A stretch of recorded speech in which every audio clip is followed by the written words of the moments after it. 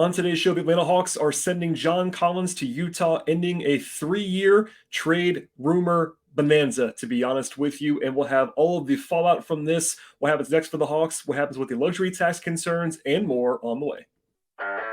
You are Locked On Hawks, your daily Atlanta Hawks podcast. Part of the Locked On Podcast Network. Your team every day.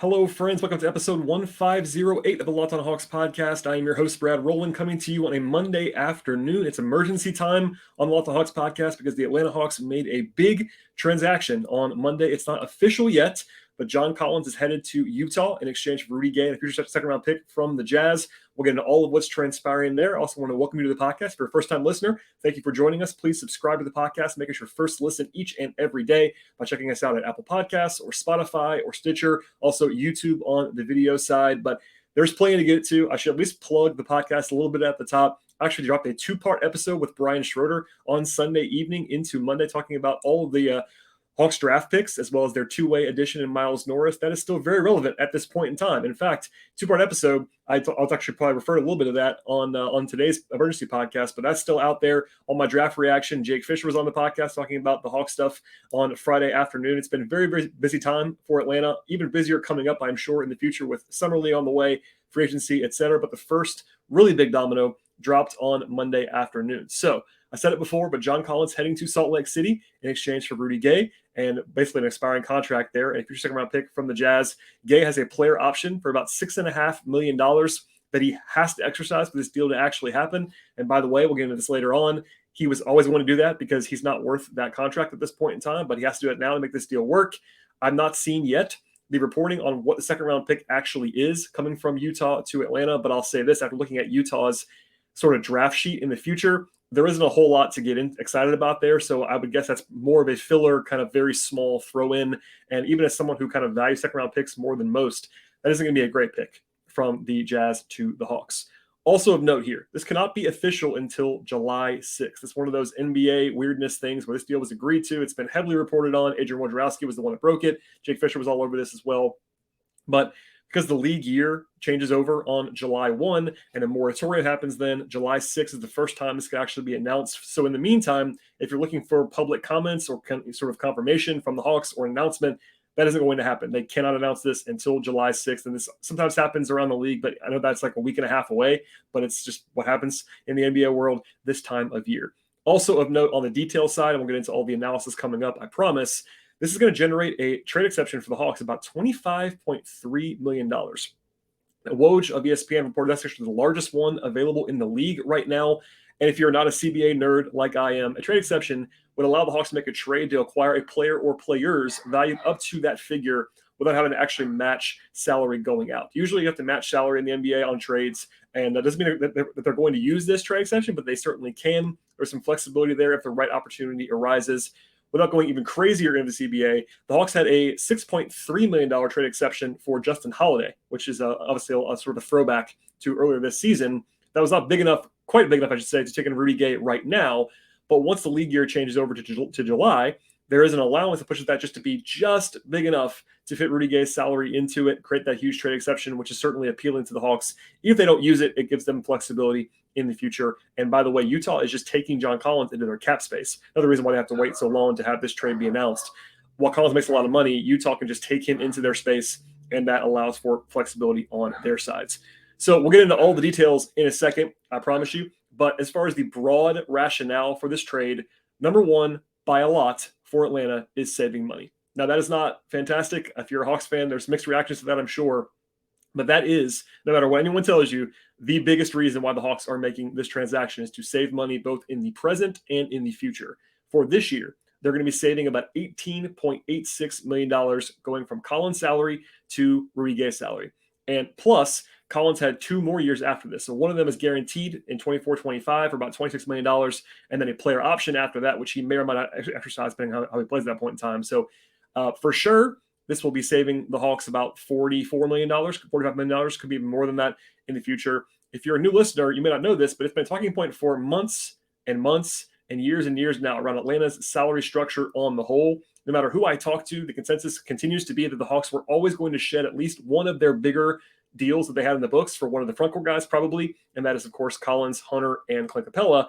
There are wide-ranging opinions on John Collins' contract. There always have been. They basically go from the deal being okay to the deal being less than okay. And no one believes, including me, as high as I am on Collins, that that's some great bargain or anything like that. So he's been on the block for a long time, even before he was signed to that deal. This is not new at all, but the Hawks also did a very bad job in that negotiation with Collins, and this is back to the Schlenk era at kind of squeezing him. He didn't have a lot of leverage at that point in time, and they still gave him a 5-year deal for about 25 per season, which again, in the new salary cap environment is not as bad as people want to think that it is, but they could have gotten him for less. I'm pretty convinced of that. If they kind of waited it out a little bit longer, had more patience, they didn't do that. That has cost them in terms of what their flexibility was at this point in time. Now, number 2 on the list, beyond the saving money aspect, which again is by far the leader in the clubhouse as to why the Hawks did this. Number 2 is that Collins was not being utilized at his best in Atlanta, and everyone knew it. From his side to the team side, everyone did. So on the Hawks side, Collins does not exactly fit with the Hawks offensive archetype of the player that you would want next to a non-shooting center at the 4 in this offense. It was only magnified when he was really bad at three-point shooting this year for about 3 or 4 months. He got better at the end of the season, and he does have a record of being a pretty good shooter dating back 3 or 4 years, but that was definitely magnifying things in terms of the team side. And there are also players behind him, Jalen Johnson, probably the headliner of that, but even Saddiq Bey, that they like. I'm not saying that they're going to be better than John Collins right away, because they probably won't be, but it's one of those things where there is a little bit of depth there. And I think as far as the team side and the basketball side, no one's going to argue, as they shouldn't, that getting rid of Collins for nothing makes them better right now. Long term, it clears the books up, obviously, number 1. But number 2, he does not really fit exactly what they wanted in this player, which is not anybody's fault. It's just the reality of the situation. On the player side, on Collins' side, his role has shrunk and shrunk and shrunk on offense to the point where he's basically been standing in the corner half the time. That is not what he should be doing in an optimal context with regard to NBA basketball. Everyone that has watched Collins in his career knows arguably his best traits on offense are as a dive man to the rim. He's a fantastic finisher, always been a great, pretty much an elite finisher around the rim. But in this offense with the Hawks running right now, he's asked to stand in the corner. And he's not someone who's going to just grab the ball at the top of the key and create for himself and others. That's not what he can do. And when the shooting waxed and waned, there you go. So, we'll see what it looks like in Utah. I won't be covering that a lot on this podcast. This is the Hawks podcast, but that is the short version. We'll have the long version coming up after the break. But number 1, saving money. Number 2, sort of overhauling the roster utilization and realizing that Collins in another place is going to be better than he's been in Atlanta because of the offensive limitations on him and all of that fun stuff. Okay, that's sort of the nuts and bolts. We'll get into all the detail and more of my analysis coming up in a second. But first, a word from our sponsors on today's podcast. Today's show is brought to you by eBay Motors. For a championship team, it's all about making sure that every single player is a perfect fit for what you are doing as a organization. It's the same when it comes to your vehicle. Every part has to fit just right for you. Next time you're looking for parts and accessories, head to eBay Motors. With eBay's guaranteed fit, you can be sure that every single part that you need happens to fit right and does so the first time around. Just add your ride to my garage. Look for the green check to know the part will be fitting or your money will be coming back to you. Just like in sports, confidence is the name of the game when you shop at eBay Motors. And with over 122 million parts to choose from, you'll be back in the game in no time. After all, it is much easier to bring home a win when the right parts are guaranteed for you. Get the right parts, the right fit, and the right prices at ebaymotors.com. One more time, that is ebaymotors.com. Let's ride. Eligible items only. Exclusions apply.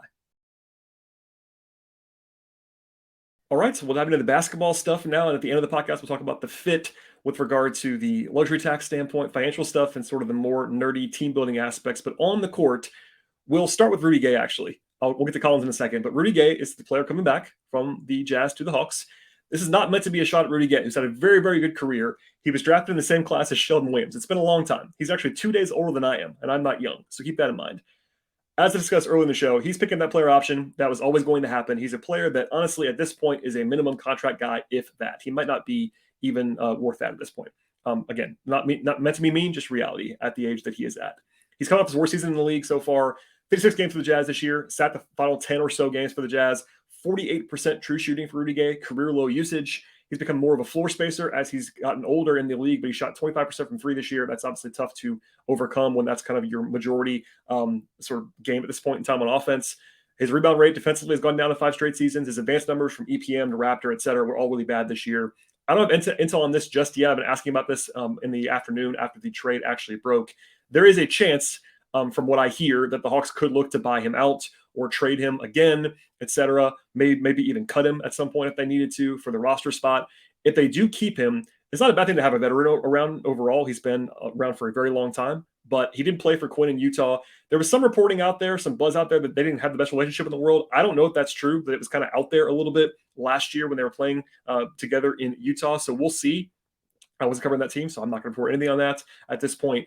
But there is a chance that Rudy Gay is not on this roster, a la what happened to Mo Harkless last year, where the Hawks flipped him again after that. Basically, he was never around with the Hawks. That could happen with Rudy Gay, especially if they were looking to cut some more salary, or if they're trying to get some roster flexibility with the second-round picks they drafted, etc. The overall point there would be this very obviously a sort of leaps and bounds type of downgrade from John Collins to Rudy Gay on the court. That is not what this deal is about. Very clearly, no one in the Hawks organization would tell you this. They're not preferring Rudy Gay to John Collins on the basketball court. It's about the money and all of that fun stuff. So I wouldn't expect much from Rudy Gay in terms of on-court impact for this team coming this season. Maybe he could bounce back a little bit. I'm not ruling that out entirely, but it's kind of tough to envision that. And obviously they have players like Jalen Johnson, like Saddiq Bey, who would be very clearly better bets to contribute this year than Rudy Gay would be at this point in time. Now we go to Collins. So first, I would encourage listeners to even now check out the deep dive player capsule podcast I did with Glenn Willis on Collins earlier in the offseason. I did a whole series, by the way, with Glenn. Those are awesome episodes. A lot of depth in those shows from every single player on the roster, other than Trae Young, which we have not done yet, but that's coming at some point later this summer. But Collins is one of those. Obviously, I know he won't be on the team anymore, but it's good and good context, good nuance in that episode. It talks about different guys on the roster, and I'll sort of able to give more time on that show than I am with the time I have today on this episode. But the short version is what I said earlier with Collins. He's been very much pigeonholed into a smaller role in offense the last couple of years. He was even more evident this year with DeJounte Murray on the roster and with even less spacing with guys like Gallo and Herter out the door. I'll be the first to say this. Some of that is on Collins. He didn't shoot the ball well this year at all, especially in the first 2/3 of the season or so. And that only magnified matters. I'll also point out that he's been one of the best pick-and-roll finishers in the league since he got into the league. He's been awesome at that, but he basically doesn't do that anymore because the Hawks are playing him with a non-shooting center, and there's nowhere else to put Capella basically on the roster, on the floor when they play together. Even in a down season this year, again, and it was a down season. I'm not going to pull any punches there. Collins had a worse season this year, no question about it. But all that stuff put into one blender, he still shot 62% on twos, 59% true shooting. His career mark is 63% or so. He's always been an efficient offensive player. Even this year, he was still managed to be efficient despite the poor three-point shooting. Now, he does have limitations. No question about that. John Collins is not a very good passer or a ball handler or playmaker for a modern-day power forward. I'll be the first one to point that out. He's made some strides there for sure, and it was a weakness, though, that was even more glaring next to DeAndre Hunter, who, by the way, has similar weaknesses at the 3, and Clint Capella, who, again, similar weaknesses at the 5. So having those three guys play together with their lack of passing, their lack of playmaking, was all kind of magnified together. I've also said this many times as well, this already this summer and dating back to the spring, but in my mind and in my reporting, that trio of Hunter, Collins, and Capella was not going to be the starting front court long-term. I made one flat-out proclamation prediction before the offseason that was going to be that basically one player in that top 10 at least was going to be gone, and even more narrowing that down, one of the front court guys was going to be gone. And that, of course, is now happening. So with that said, Collins has also made major strides defensively, that more casual fans, I think, don't notice, and that national observers, even that don't watch the Hawks a lot, haven't taken into account a lot. There's still this narrative he's a bad defender. It's just not true at all at this point. He's not like Draymond Green or anything like that. He's not incredible or elite, but he's good on the weak side. He's better than average for a 4 as a rebounder. He can hold up one-on-one in matchups. It's notable to me that he came into the league as a huge defensive question mark. Like, he was flat out bad in college. He was flat out bad as a rookie, and he's gotten better pretty much every year defensively. And I think within a team concept, he's a really good defender. Not going to change your life defensively, but not a guy you have to worry about, which I think is an important distinction. So I'll finish with this on the player evaluation standpoint here. And kind of at the end of the podcast, talk about where the Hawks are after this deal. But this is sort of the final time we'll talk about Collins, I think, for the most part. It was a pretty darn good 6-year run for John Collins. That's notable to me. He was a very good draft pick at 19 overall by any description. Even if you are low on Collins, and I know there are Hawks fans that are kind of out on Collins at this point. I get it. We'll get that later on at some point. Even if you're low on him, that was a very, very good draft pick. If you take out his rookie year when he didn't play that much, his last 5 seasons in Atlanta, he averaged 17 points and 8 rebounds with 63% true shooting over 5 seasons. That's a very good basketball player, especially with improving defense along the way. He was also the longest tenured member of the Hawks roster as well before this trade. Now, by the way, that is Trae Young, which is crazy. I remember, obviously covered all this stuff, and I was covering the team when they were drafted Collins. But the fact that Trae Young is now not the oldest guy, but the longest tenured player on the Hawks roster is kind of mind blowing. But that's where we are at this point in time. Makes me feel old. But anyway, I'm sure that Collins will come up again at some point along the way when it comes to context or looking back at the last season or whatever. But I won't be covering him in depth anymore, obviously, on this podcast. So wanted to give some overview there. Plus, I'll note this. Everyone seems to like John Collins in the organization, around the team, in the media. He's obviously a very good guy by all accounts. So, kind of a farewell on some level here, but we won't get into any more of that for the most part. But that's worth all noting. He's still a good basketball player. I've said that before. There was this whole conversation that I had with someone, I guess it became more than one someone last week on Twitter about Collins versus Hunter. It doesn't have to be a one-on-one, but I think Collins has been objectively a better basketball player for his entire career at this point in time. And even if fans or evaluators are prone to hyperbole, the notion that Collins is not good anymore is just kind of silly. He's still a very good basketball player, and the Hawks are essentially trading a good basketball player for effectively not a lot coming back other than salary cap relief, which we'll get into in a second. That's kind of what we'll end the podcast on later on with your roster reset and kind of where the tax situation is. But for now, it's a roster downgrade at the expense of flexibility, and we'll see what the Hawks do with that flexibility moving forward. All right, one more break here from our sponsor. We'll come back and wrap up the podcast talking about the roster and the tax stuff and kind of where they go from here. All right, one more segment here, talk about the roster and the tax stuff, all that stuff. We'll start with the money side of things before ending with the player and roster stuff. I had the Hawks calculated about $166 million in guaranteed salary. Again, guaranteed salary, including Kobe Buffkin's first round player hold for a draft pick where he was before this trade happened. With this trade, that drops to about $147 million or so. Now, that is the savings, $18 and a half, $19 million of savings between Collins and Rudy Gay. That only includes, though, 11 players on guaranteed contracts. So essentially, now I've been saying the top 10. Now it's the top 9 when it comes to the guys who were returning from last year, plus Buffkin and Rudy Gay on guaranteed contracts. That's the top 11 I'm talking about now. Then they have 4 guys on non-guarantees. That is Bruno Fernando, Garrison Matthews, Tyrese Martin, and Pete Krejci. If you include all of those guys, if you want to, that jumps the Hawks to about $155 million in guaranteed salary. Also, the Hawks still have second-round picks in Mohamed Gay and Seth Lundy that need contracts at some point in time. As I mentioned on yesterday's show with Brian, they cannot just roll with what they have now. Something else has to happen from the roster if they have one too many players. If you just kind of keep every single guy going into the season, there's no urgency on that. There's no limitations in the summer. When you get to the actual season, you have to get down to 15 players plus 3 two-ways. Maybe it's a battle Rudy Gay. Maybe it's one of the moving on from Krejci or Martin or a non-guaranteed guy or whatever it is, but we'll see on all of that. Anyway, though, the reported tax line is 165. So the Hawks are now comfortably under the tax with the current roster. Even if they were to keep all 4 non-guaranteed guys, they would be about $9 or $10 million under the tax. That's a big change from previously where they were comfortably over the tax. Now, they still could go back over. I'll be very honest about that, very clear about that. They could go back over the tax by either A, using the trade exception that they have created today, or B, signing someone to the mid-level, which starts at about $12.5 million in starting salary, or other ways, like other trades, etc. Re-signing guys like Aaron Holiday, whatever they want to do. In fact, they could get close to using the entire mid-level and staying under the tax if they want to get creative with some of the non-guaranteed guys and use the second-round picks in Gay and Lundy as rookie minimums. That's very interesting. By the way, it just occurred to me that the Hawks now have Rudy Gay and Mohamed Gay, and they're spelled differently, but they're pronounced the same according to the Hawks pronunciation guide. That'll be a bit of a challenge for me down the line. Anyway, this deal does take the Hawks again from well above the tax to well under the tax. If you heard the show yesterday, I apologize for a little bit of repetitiveness on this particular this segment, but I discussed a little bit about what Brian Windhorst of ESPN said during the draft. And he basically said that the Hawks have a mandate and what he's been told to duck under the luxury tax. First, I did not report that. Brian Windhorst did. Very clear on that.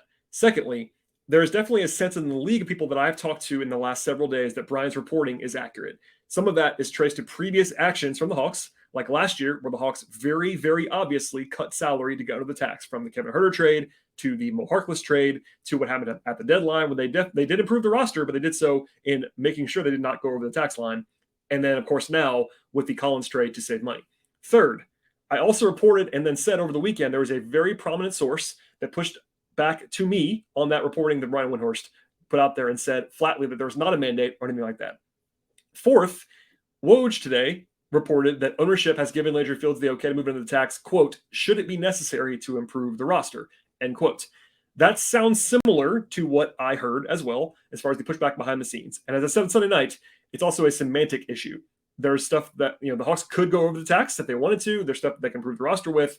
Maybe there is a world in which they actually do that. At this point, people keep asking me this question. I project, my personal projection is that the Hawks are going to be under the tax this season. I'm not saying that's 100% to happen.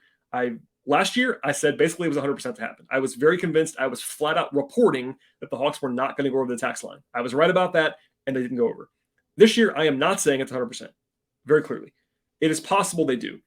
If you're asking me to guess or give an estimation or a projection, I would say, especially now today that the Hawks are under, I expect them to stay under, and we'll see what happens in the future on that front. Last thing is the roster and kind of where they stand at this very moment in time. I think the diehards obviously know the state of the roster right now, but at the moment, the Hawks have some genuine uncertainty when it comes to starting the lineup for the first time in a little while now. All of the other key guys are in place, but John Collins is, of course, exiting. Rudy Gay is not really an option to start or even be in the rotation if it's up to me. So I'll be very clear about this. There's a long way to go in the summer. It is June 26th. Free agency doesn't even open for 4 days. There's trade stuff that could still happen, etc. But if nothing else changed, at least nothing else major changed, the Hawks would be using a combination of DeAndre Hunter, Saddiq Bey, and Jalen Johnson at the power forward spot for this season, as of right now. They have Mohamed Gay there as well, potentially could play some minutes down the line. Maybe Okongwu could play a little bit at some point. But as far as like the major power forward options for this coming season at the moment would be Hunter, Bey, and Johnson. Obviously, Hunter's been a starting small forward for a long time. He can play a little bit of the four as well, for sure. There's even a debate out there that he's maybe even more of a power forward. Rebounding wise, that would be a little bit questionable, as I will just say he's a rebounder there. But I know, like for instance, the Pacers have kind of viewed Hunter as a potential power forward option in trade stuff for them. I think the Hawks could use him more at the four in the future, etc. There also could be more of a desire to play AJ Griffin more, perhaps alongside Hunter, and that could be more of Hunter at the four. Then you have Bey as a combo forward, of course. He can play the three or the four. He's not good defensively at either spot. I think at the four, he is not the longest guy in the world, not the most springy guy in the world, not a great sort of secondary rim protector. At the three, he's a step or two slow on the perimeter. So that's always going to be a question mark about Saddiq Bey, but he can play both spots. And then Jalen Johnson is more of a four. He's played there for the most part in his career so far, and he's the best defender of him and Bey for sure. But he still has some questions. The upside is very tantalizing, but offensively, the fit stuff is a little bit tedious right now with Jalen Johnson, his lack of shooting, etc. So I'm not saying they couldn't roll with this group. They obviously can. They might. And I think if I had to guess today, they probably would start Saddiq Bey and bring Jalen Johnson off the bench just for seniority stuff and all that stuff. But anyway, they have a functional roster right now. Some teams going to July 1st not having a roster that they even possibly could roll with. The Hawks could stop right now and do very little the rest of the offseason. That's possible. I'm not projecting that. I kind of hope it doesn't happen just for content purposes and all that fun stuff. But I think that the Hawks could just roll with this group with a straight face. Would they be better than last year? It's hard to sell that to me with John Collins not being there and no one to replace him. But you get a full season of Saddiq Bey. And I think almost more importantly, you get a full season of Quinn Snyder, which I think could be a bit of a trump card, so to speak. So all that said, the Hawks have an interesting rest of the offseason to come. They had that trade exception I talked about before. They have the mid-level, at least part of that. And by the way, for the mid-level, you don't have to use the entire thing. They could sign someone to let's say an $8 million a year contract versus 12.4. You're able to do that with the mid-level. There's flexibility there. They could make trades. They could sign minimum contracts, all that stuff. They have a slight roster crunch right now. They have a lot of bodies in the mix, but all due respect, I don't think they have a ton of like super dynamic ties to guys like V. Krejci and Tyrese Martin. They could move on from those guys. It wouldn't stun me. They could keep them. It wouldn't stun me either. But like they have some flexibility. They're not 15 guaranteed contracts. They have 11 guaranteed contracts. One of those is Rudy Gay, who I think they would not be surprised if they actually move on from him at some point between now and October. But long story short, this is a trade that was made for flexibility purposes, both short-term and long-term. I didn't want to bore everyone with the long-term salary cap aspect. That is definitely part of this as well. John was guaranteed some money down the line. The Hawks have extension-eligible players. Beyond DeJounte Murray, they also have Saddiq Bey. They have Onyeka Okongwu, who are due for potential extensions this summer that would begin next year. So not only do they save some money now, and that is kind of the short-term evaluation, but long-term, they cut now, as much as $52 million off the books for the long-term as well. Capella will be coming off at some point, etc. So the flexibility aspect is absolutely A1 leader of this trade. That is why they did this trade. You can argue about that on all sides. In the moment, the Hawks got worse basketball-wise today Again, today, not for the long term necessarily. We can argue about that later on. There's no debate about the short term. Trading John Collins for Rudy Gay makes you worse, but it does clear up flexibility, and that is why the Hawks did this. And I'm sure there'll be a healthy, respectful discussion on all sides of this trade, as there always are around the Atlanta Hawks. All right, that's it for me today on this emergency podcast on a Monday afternoon. We'll have more coming up later on this week. Again, I want to plug that 2-part show that I did with Brian. It is still very relevant. In fact, it's hard to do a podcast and have it still be relevant after an emergency like this, but Brian and I talked about the draft picks ranging from Kobe Buffkin to Muhammad Gay to Seth Lundy to Miles Norris on the two-way contract, even some of the summer league guys that will be coming in for the Hawks. All that stuff is available right now. Please subscribe to this podcast. If you're a new listener, it would be a huge favor to me to subscribe to the show on multiple platforms, whether it be Apple or Spotify or Stitcher or Odyssey or YouTube. All those places. Auto download the podcast on the audio side. Leave ratings and reviews. That would be fantastic. And if you have a Hawks fan friend in your life that has not found the show just yet, I encourage you to share the podcast with them. Hopefully they will enjoy it. It won't always be emergency podcasts like this, but I like to do my analysis. I think I'm level-headed, and I try to do the more basically the comprehensive picture of covering the Atlanta Hawks in podcast form. I try to do that every single day on the podcast. So thanks for listening, everybody. I really do appreciate it. And I don't know when the next podcast will be. It'll be the next day or two at the very least. And with all that said, we'll see you all next time.